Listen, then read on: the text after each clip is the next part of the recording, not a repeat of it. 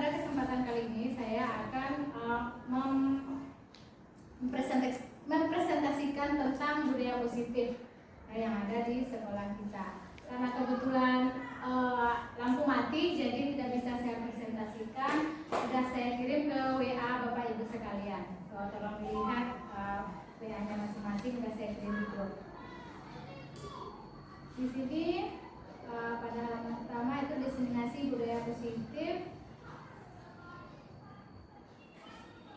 Sebelumnya ini tujuannya adalah untuk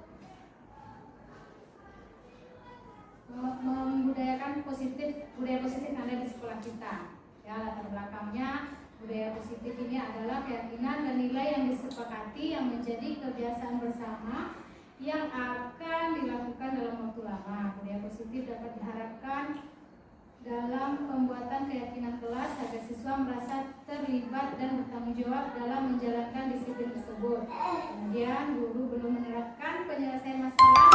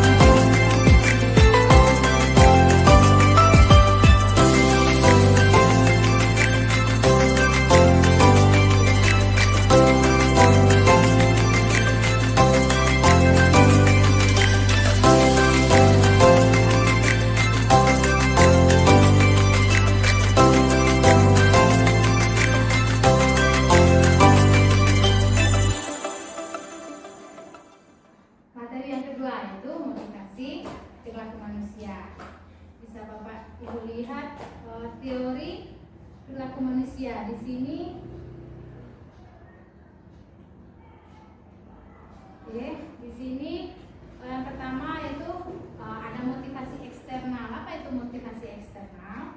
Itu untuk menghindari ketidaknyamanan atau hukuman apa yang akan terjadi apabila saya tidak melakukannya. Yang kedua, motivasi eksternal. Apa itu motivasi eksternal? Itu untuk mendapatkan imbalan dari orang lain atau institusi. Apa yang akan saya dapatkan apabila saya melakukannya? Masuk imbalan. Yang ketiga, motivasi internal. Tujuan disiplin positif ini untuk menghargai diri sendiri. Jadi saya akan menjadi orang yang seperti apa bisa saya melakukannya. Jadi sebagai diri sendiri. Selanjutnya,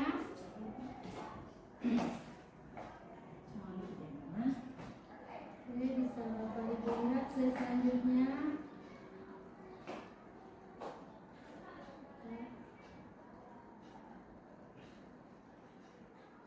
Oke, materi yang ketiga, hukuman dan penghargaan. Ya, kita juga sering memberikan hukuman mungkin sebelumnya dan juga penghargaan kepada anak didik kita. Oke, hukuman dan penghargaan dalam menjalankan peraturan atau keyakinan kelas atau keyakinan sekolah. Bila mana ada suatu pelanggaran, tentunya harus ada konsekuensi yang terjadi yang kita lakukan. Tindakan terhadap suatu pelanggaran pada umumnya berbentuk hukuman atau konsekuensi. Dalam pembahasan ini akan mengenalkan program disiplin positif yang dinamakan dengan restitusi. Jadi ada langkah yang lain yaitu namanya restitusi yang akan kita lakukan. Selanjutnya, nah ini ada contoh, bisa Bapak Ibu lihat itu apakah dia berupa konsekuensi atau hukuman. Oke, yang pertama contohnya adalah tindakan guru mencoret-coret, membersihkan coretan yang dibuat di meja. Ini adalah merupakan konsekuensi. Contoh hukuman, misalnya murid diminta untuk push up 15 kali karena tidak mungkin melanggar peraturan sekolah, tidak pakai seragam. Ini merupakan hukuman. Yang ketiga, contoh konsekuensi. Di situ bisa Ibu lihat menggantikan kertas tugas teman dengan telah dicoret-coret. Ya, konsekuensinya. Selanjutnya, contoh hukuman lagi, berjemur di lapangan basket pada pukul 12 siang karena mengobrol dengan temannya. Jadi saat belajar mungkin dia mengobrol dengan temannya, kemudian dia dihukum untuk di lapangan basket berjemur. Itu adalah hukuman.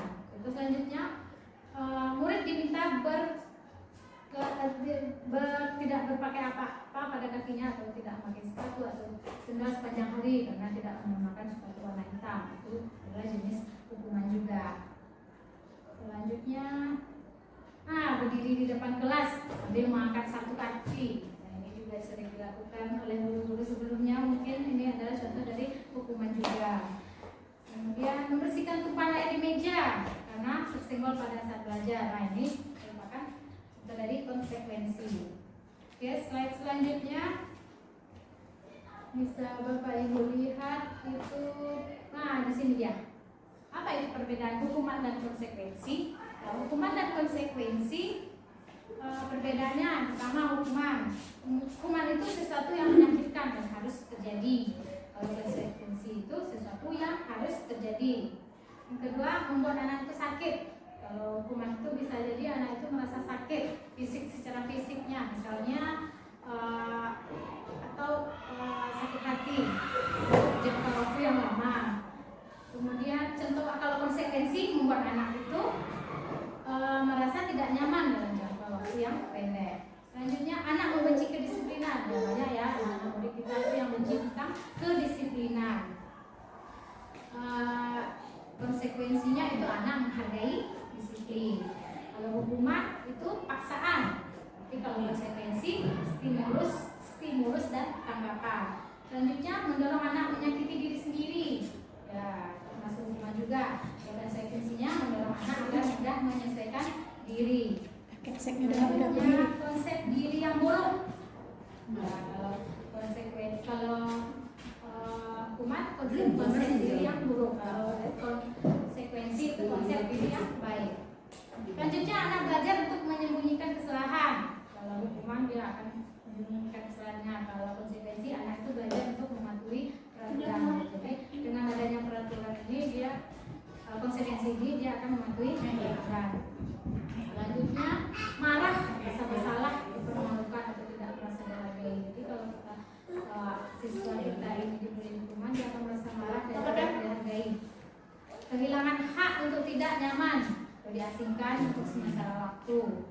Slide selanjutnya, Bisa Bapak Ibu lihat itu tentang hukuman, masih hukuman dan konsekuensi juga ya. Kalau hukuman itu tidak terancana, murid itu tidak tahu apa yang akan terjadi, atau murid tidak dilibatkan atau bersifat satu arah. Aja. Kedua, berupa fisik ataupun psikis, bisa dengan perbuatan dengan kata-kata. Itu termasuk juga. Kalau konsekuensi terancana dan sudah disepakati. Ya, jadi kalau ada anak-anak yang melanggar peraturan kita rencanakan dan kita sepakati. Selanjutnya dibuat guru dan murid sudah tahu sebelumnya serta konsekuensinya. Jadi antara kesepakatan guru dan murid itu sudah ada. Kemudian diberikan berdasarkan data yang diukur. Beberapa kali pelanggaran, contohnya guru selalu memonitor murid atau murid tetap dibuat tidak nyaman. Selanjutnya ya Bapak Ibu itu, nah inilah yang nanti akan kita yang kita gunakan untuk peserta didik kita, restitusi. Oke, apa itu restitusi? Mungkin Bapak Ibu pernah mengatakan restitusi, di sini akan saya menjelaskan atau memaparkan. Restitusi itu adalah proses menciptakan kondisi bagi murid untuk memperbaiki kesalahan mereka. Jadi proses untuk memperbaiki kesalahan mereka itu sehingga mereka bisa kembali pada kelompok mereka, ya, dengan karakter yang lebih kuat. Restitusi juga merupakan proses kolaboratif yang mengajarkan murid untuk mencari solusi untuk masalah mereka dan membantu murid berpikir tentang orang yang terjadi seperti apa yang mereka inginkan dan bagaimana mereka harus memperlakukan orang lain. Selanjutnya, ada ciri-ciri dari restitusi ya Bapak Ibu. Bapak Ibu bisa lihat juga di slide yang sudah saya bagikan tadi. Yang pertama, bukan untuk menebus kesalahan. Jadi restitusi itu bukan untuk menebus kesalahan. Kalau ada peserta didik kita yang berbuat salah, bukan seperti itu. Tapi belajar dari kesalahan. Jadi peserta didik itu dibuat untuk belajar dari kesalahan mereka. Yang kedua itu memperbaiki hubungan. Yang ketiga, tawaran bukan paksaan. Selanjutnya restitusi menuntut untuk melihat ke dalam diri. Jadi bisa melihat ke dalam diri kita. Kemudian restitusi itu mencari kebutuhan dasar yang mendasari tindakan. Jadi mencari kebutuhan dasar yang mencari tindakan. Selanjutnya restitusi diri adalah cara yang paling baik ya. Jadi adalah cara-cara yang paling baik kita. Jika ada sesuatu yang ada masalah, bisa kita lakukan restitusi nantinya. Kemudian restitusi fokus pada karakter bukan tindakan. Jadi kita bisa membentuk karakter anak itu dari restitusi yang kita lakukan bukan tindakan. Nah itulah tadi perbedaan antara hukuman dan konsekuensi. Restitusi itu fokus pada solusi. Nah jadi untuk memecahkan suatu masalah peserta didik kita fokuskan untuk melakukan restitusi. Selanjutnya restitusi itu mengembalikan murid yang berbuat salah pada kelompoknya. Itu tadi adalah ciri-ciri dari restitusi ya Bapak Ibu. Selanjutnya ini mungkin yang sering atau belum pernah mungkin Bapak Ibu gunakan itu tentang keyakinan kelas. Apa itu keyakinan kelas? Oke. Keyakinan kelas selanjutnya. Nah, mengapa tidak peraturan saja? Kenapa kok harus keyakinan kelas? Nah, di sini kita lihat mengapa kita memiliki peraturan harus menggunakan helm bila mengendarai kendaraan roda 2. Selanjutnya, mengapa kita memiliki peraturan 3M ya? Pada masa Covid kemarin kita harus menggunakan masker, mencuci tangan atau menjaga jarak. Atau mengapa kita memiliki peraturan harus datang tepat waktu pada saat mengikuti pelatihan? Oke, untuk mendukung motivasi intrinsik, motivasi yang ada di dalam kita ini, kembali ke nilai keyakinan yang lebih diperagakan seorang dibandingkan dengan mengikuti serangkaian peraturan-peraturan. Ini dia Bapak Ibu, slide selanjutnya. Nah ini dia, keyakinan kelas itu adalah nilai-nilai kebajikan universal yang disepakati secara tersirat maupun tersurat lepas dari latar belakang suku, negara, bahasa maupun agama. Guru berperan dalam mewujudkan terbentuknya keyakinan kelas dengan cara membuat kesepakatan antara guru dengan murid. Jadi keyakinan kelas ini bisa kita buat itu antara kesepakatan antara guru dengan murid. Saya sudah pernah mempraktikkannya kepada murid, yaitu sebelum saya masuk, sebelum mulai pembelajaran itu kami membuat kesepakatan kelas di mana siswa atau saya meminta siswa untuk menyepakati sesuatu yang harus dilakukan di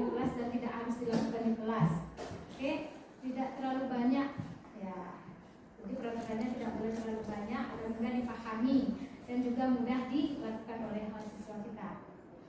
Jadi semua kelas atau semua warga yang dari kelas itu harus mengikuti peraturan atau keyakinan kelas tadi. Jadi semua dari anak-anak peserta didik itu saya minta satu-satu saya tulis di kertas post-it. Mereka harus menulis di kertas post-it, saya bagikan, kemudian mereka menempelkannya di papan tulis secara bersama-sama. Kemudian setelah ditulis di depan, setelah ditempel di depan, kemudian saya membagikan, kelompokkannya masing-masing apa yang harus disepakati bersama. Apakah nanti ini sama, kalau sama misalnya seperti ini, jangan ribut di kelas atau jangan makan-makan di kelas. Nah, itu kan beda, jadi itu bisa kita bikin dua untuk kesepakatan. Jadi setelah kesepakatan itu selesai, nah, jadi harus ada konsekuensinya. Jika kesepakatan atau keyakinan kelas ini dilanggar, seperti ini konsekuensinya. Dan alhamdulillah setelah dibentuk apa lagi? Maksud itu ada perubahan. Dan juga setelah kita melakukan keyakinan kelas ini, kita juga mereview lagi, mengevaluasi lagi apakah kesepakatan atau keyakinan kelas ini dilaksanakan oleh siswa kita. Oke, selanjutnya itu tadi prosedur atau tata cara keyakinan kelas yang pernah saya lakukan. Bapak Ibu bisa juga melakukannya di kelasnya sebelum kita belajar. Kita harus membuat kesepakatan kelas. Tidak perlu banyak kesepakatan kelasnya, 5 atau 6, nah itu udah cukup. Jadi tapi semuanya terlibat, semua siswa itu harus mengeluarkan pendapatnya dulu, unek-uneknya apa yang harus dilakukan atau apa yang tidak harus dilakukan di kelas. Sehingga kalau kita sudah membuat keyakinan kelas ini, itu apa yang kita lakukan di kelas itu akan lebih terarah. Contohnya seperti ini, kan ada yang makan-makan di kelas. Nah, Bapak Ibu nanti bisa bilangnya, kita kan udah bikin keyakinan kelas. Nah, tidak ingatkah kita yang bikin keyakinan kelas? Nah, jadi untuk itu bisa kita evaluasi, kita review lagi. Nah, itulah gunanya. Jadi kelas kita itu lebih terarah lagi, lebih terbentuk lagi. Atau misalnya dia keluar masuk aja, kita ingatkan lagi. Masih ingat kesempatan kelas kita sama belajar? Pernah saya juga alami seperti itu, ya Bu, baru ingat ya, review lagi, merefleksi lagi kita kepada siswa kita. Jadi akan pembelajaran itu tidak betul-betul tegang juga jadinya. Jadi kalau siswa itu sudah ada peraturan seperti itu, jadi mereka juga terarah juga, oh kalau mau belajar sama ibu ini tidak boleh seperti ini ya. Kan kita udah menyepakati bersama, ada konsekuensinya juga. Seperti itu ya Bapak Ibu. Selanjutnya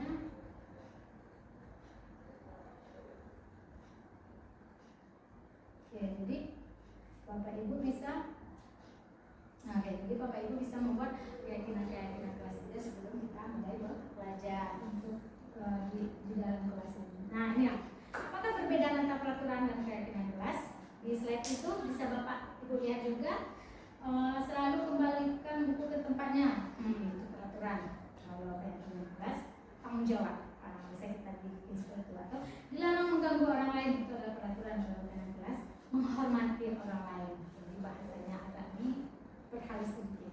Hadir di sekolah 15 menit sebelum pembelajaran dimulai, jadi bisa menghormati orang lain atau berkomitmen. Nah, itu termasuk dalam kelompok berkomitmen. Selanjutnya misalnya melakukan kekerasan. Nah, kalau keyakinan kelasnya bisa kita apakan, menghormati orang lain. Nah, kalimatnya. Dilarang menggunakan narkoba. Kalau keyakinan kelas, kesehatan. Nah, kalau bergantian atau menunggu giliran. Kalau keyakinan kelas bisa kita buat menghormati orang lain. Ya. Oke, saya harap Bapak Ibu bisa mengaplikasikannya nanti atau bisa mencobakan juga di kelasnya sebelum mulai belajar tentang keyakinan kelas tadi. Selanjutnya, materi selanjutnya itu kebutuhan dasar manusia. Kebutuhan dasar manusia ada beberapa situs. Nah, itu ada. Kebutuhan dasar manusia itu pertama bertahan hidup. Itu adalah kebutuhan dasar. Yang kedua, kasih sayang atau rasa diterima. Yang ketiga, penugasan. Selanjutnya kebebasan. Selanjutnya kesenangan. Itu adalah termasuk kebutuhan dasar manusia. Nah, pertama kita lihat dulu 5 kebutuhan dasar manusia tadi. Bertahan hidup. Apa contohnya? Ya, makanan, terus pakaian, kemudian tempat tinggal, keamanan dan kesehatan. Selanjutnya kasih sayang dan rasa diterima. Itu contohnya rasa diterima, dipedulikan, berbagi, kerjasama, menjadi bagian dalam kelompok, itu juga termasuk salah satu kasih sayang dan diterima. Selanjutnya penugasan, harga diri, keinginan untuk dianggap, memimpin, berprestasi, didengar, diakui. Selanjutnya kebebasan, mandiri, memiliki pilihan, mencoba hal yang baru, mampu mengenalkan dirinya. Selanjutnya kesenangan, kesenangan contohnya bermain, humor, antusias dan tertawa. Itu salah satu kebutuhan dasar dari kesenangan. Oke, slide selanjutnya ya Bapak Ibu, materi yang selanjutnya yaitu posisi kontrol. Ya, di situ bisa dilihat yaitu posisi kontrol kita itu ada 5. Yang pertama itu penghukum, yang kedua pembuat rasa bersalah, yang ketiga teman, yang keempat pemantau, yang kelima adalah manajer. Oke, sini akan saya runcutkan satu persatu. Posisi kontrol penghukum. Oke, Bapak Ibu, penghukum, seorang penghukum bisa menggunakan hukuman fisik maupun verbal, patuhi aturan saya, awas. Nah, itu contohnya. Tuh, kamu selalu salah saja. Sorry, maaf, kamu selalu saja salah, selalu yang terakhir selesai. Pembuat rasa bersalah, contohnya, biasanya guru akan bersuara lembut. Ibu sangat kecewa kali dengan kamu. Jadi dengan kita menggunakan itu mungkin siswa kita dia merasa bersalah.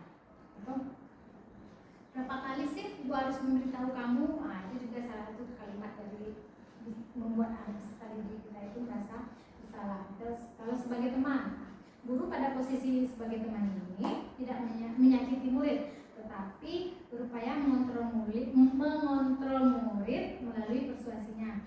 Ayo, buatlah demi ibu ya. Misalnya dia kan malas itu, siswa kita tuh malas kadang-kadang, jadi kita bisa menggunakan kata seperti itu. Ayo ingat,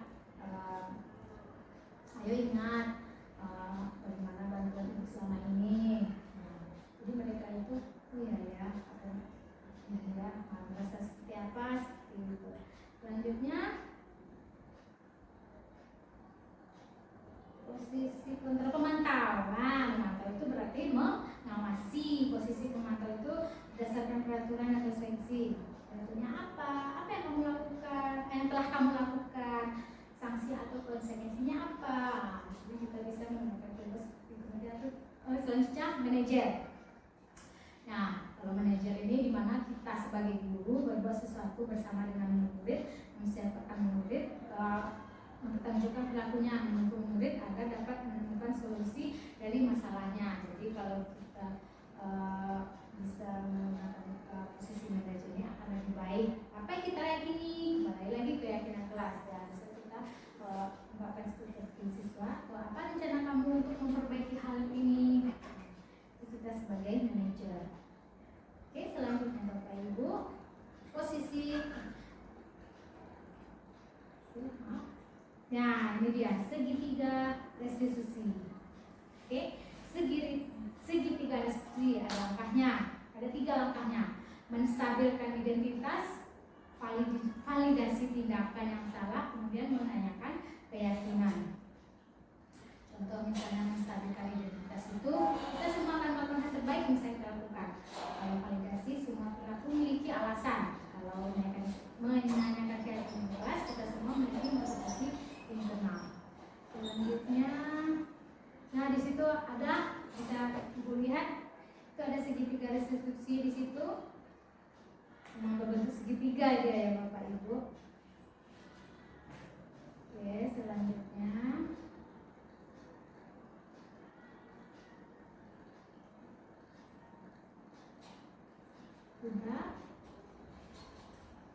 menstabilkan identitas. Apa maksudnya? Maksudnya di sini itu bagaimana dasar dari segitiga bertujuan untuk mengubah identitas anak dari orang yang gagal kalau melakukan kesalahan menjadi orang yang sukses.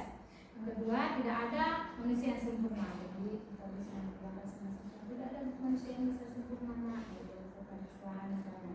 Atau saya juga ibu juga pernah melakukan hal itu, atau ibu tidak tertarik mencari siapa yang salah, tetapi ibu ingin mencari solusi dari permasalahan kita.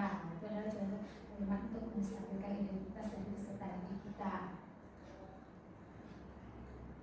Nah, begini, kita juga bisa mengatakan berbuat salah itu manusiawi, tapi tidak ada manusia yang sempurna. Jadi ibu yakin kamu bisa menyelesaikan masalah ini misalnya. Atau bisa juga kita ungkapkan, ibu tidak tertarik untuk mencari sesuatu siapa yang benar atau siapa yang salah, tapi kita mencari solusi bersama-sama. Jadi peserta didik itu merasa tidak takut kalau dia berbuat salah itu, dia merasa tidak takut, bisa kita ayomi seperti itu ya. Atau bisa juga kita bilang seperti ini, kalau kamu menyalahkan dirimu sendiri, apakah kamu bersikap baik pada dirimu sendiri ya, bisa tersentuh juga hatinya. Selanjutnya yang kedua tadi yaitu validasi tindakan yang salah. Nah, bisa kita ungkapkan kalau kalimat seperti ini, setiap tindakan kita dilakukan dengan satu tujuan, yaitu memenuhi kebutuhan dasar. Ya, kamu bisa melakukan yang lebih buruk dari ini ya. Kemudian kamu pasti punya alasan mengapa melakukan hal itu. Kemudian selanjutnya selanjutnya bisa juga kita bilang kamu bisa saja melakukan hal yang lebih buruk, tapi kamu melakukannya kan. Nah, atau kamu pasti punya alasan mengapa melakukan itu. Nah, jadi ini termasuk contoh dari validasi tindakan tadi. Selanjutnya bisa juga kita ungkapkan apa yang penting bagi kamu, atau kamu boleh tetap berusaha menjaga sikap itu, tapi tambahkan sikap yang lain, yang baru. Atau apakah kamu bisa melakukan dengan hal yang lebih baik lagi besok. Itu bisa juga kita ungkapkan. Selanjutnya yang ketiga tadi yaitu menanyakan keyakinan kelas. Kita bisa menanyakan kepada peserta didik kita seperti ini, keyakinan kelas seperti apa yang sudah kita sepakati, apakah kamu masih ingat keyakinan yang kemarin sudah kita buat, seperti itu. Selanjutnya yang lain misalnya kamu ingin menjadi anak yang seperti apa, atau apa yang kamu rasakan ketika kamu melakukan hal itu. Oke, jadi Bapak Ibu bisa melakukan pertanyaan yang membuat anak itu bisa jadi tidak merasa canggung atau takut. Oke, selanjutnya nah, jadi Bapak Ibu budaya positif itu akan menimbulkan rasa aman dan nyaman pada diri peserta didik kita dalam proses pembelajaran. Budaya positif juga mampu mendorong murid untuk mampu berpikir, bertindak dan menciptakan sebagai proses memerdekakan dirinya, sehingga murid menjadi lebih mandiri dan merasa bertanggung jawab.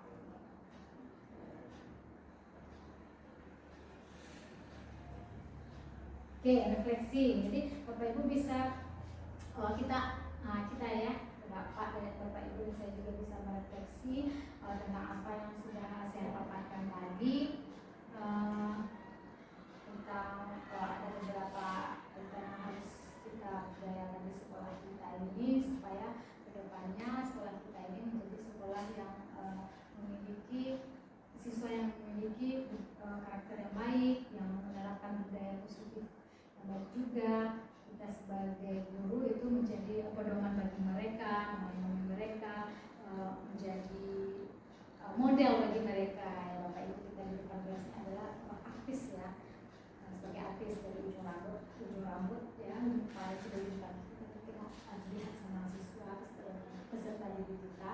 Jadi apa yang kita lakukan itu pasti akan ditiru oleh mereka. Jadi untuk model seperti itu kita tentunya harus menjadi model yang baik, menjadi artis yang baik lah bagi peserta didik kita.